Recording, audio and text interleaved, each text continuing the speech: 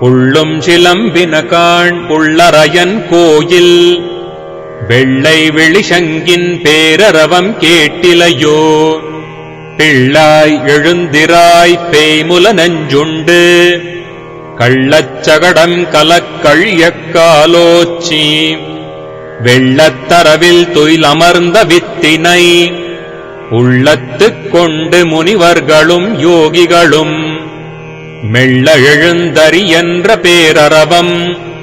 உள்ளம் புகுந்து குளிர்ந்தேலோர் எம்பாவாய்.